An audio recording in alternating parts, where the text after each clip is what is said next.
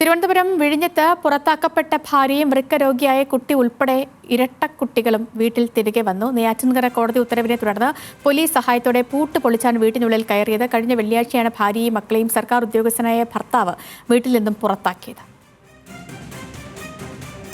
Domestic violence act section 23 അനുസരിച്ചൊരു petition file ചെയ്യുകയും അതിന് കോടതി അനുകൂലമായിട്ടുള്ള ഓർഡർ നൽകുകയാണ് ചെയ്തത്. അതിന് സപ്പോർട്ടിംഗ് എവിഡൻസ് ആയിട്ട് നമ്മുടെ മീഡിയയിലെ ന്യൂസും കൗമുദിയിലും ദേശാഭിമാനിയിലും ഒക്കെ വന്ന വാർത്തയുടെ ക്ലിപ്പിങ്സും എല്ലാം കൊടുത്തിട്ടുണ്ടായിരുന്നു. ഓൾറെഡി മജിസ്ട്രേറ്റ് ഈ കേസിനെ കുറിച്ച് അവെയറായിരുന്നു.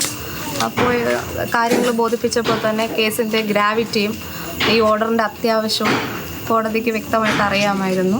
ഞങ്ങൾ ആഗ്രഹിച്ചതുപോലെ ഒരു ഓർഡറാണ് കിട്ടിയത്. കാരണം കുട്ടികളുടെ എല്ലാ എസെൻഷ്യലും ഇതിൻ്റെ അകത്താണ്.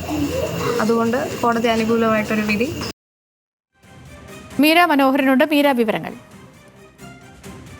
ഇന്നായിരുന്നു ഇവരിങ്ങനെ വീട്ടിൽ നിന്ന് പുറത്താക്കപ്പെട്ട ഈ അമ്മയും രണ്ട് മക്കളും തിരിച്ചു കയറിയത്. കഴിഞ്ഞ വെള്ളിയാഴ്ചയായിരുന്നു ഈ സർക്കാർ ഉദ്യോഗസ്ഥനായിട്ടുള്ള അജിത്ത് ഇത്തരത്തിൽ വീട്ടിൽ നിന്ന് പുറത്താക്കുന്ന ഒരു സംഭവം ഉണ്ടായത്. അതിൽ തന്നെ ഒരു കുട്ടിക്ക് അസുഖബാധിതയായത് തന്നെ മരുന്നുകൾ ഉൾപ്പെടെ ഈ വീട്ടിനകത്തായിരുന്നു. ഇതൊന്നും എടുക്കാനുള്ള ഒരു സാഹചര്യം അപ്പോൾ ഉണ്ടായിരുന്നില്ല. പിന്നീട് പോലീസ് സ്റ്റേഷനിലായിരുന്നു ഇവർ അഭയം തേടിയിട്ടുണ്ടായിരുന്നത്.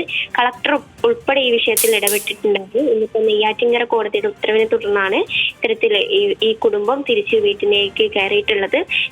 ഇദ്ദേഹവുമായിട്ടുള്ള ഗാർഹിക പീഡന ആ ഒരു വിഷയത്തിൽ നേരത്തെ തന്നെ പരാതി ഉൾപ്പെടെ ഉണ്ടായിരുന്നു. ഈ ഒരു സാഹചര്യത്തിലാണ് ഇത്തരത്തിലൊരു നടപടി ഉണ്ടായിട്ടിരിക്കുന്നത്. സേതു. ശരി മീര.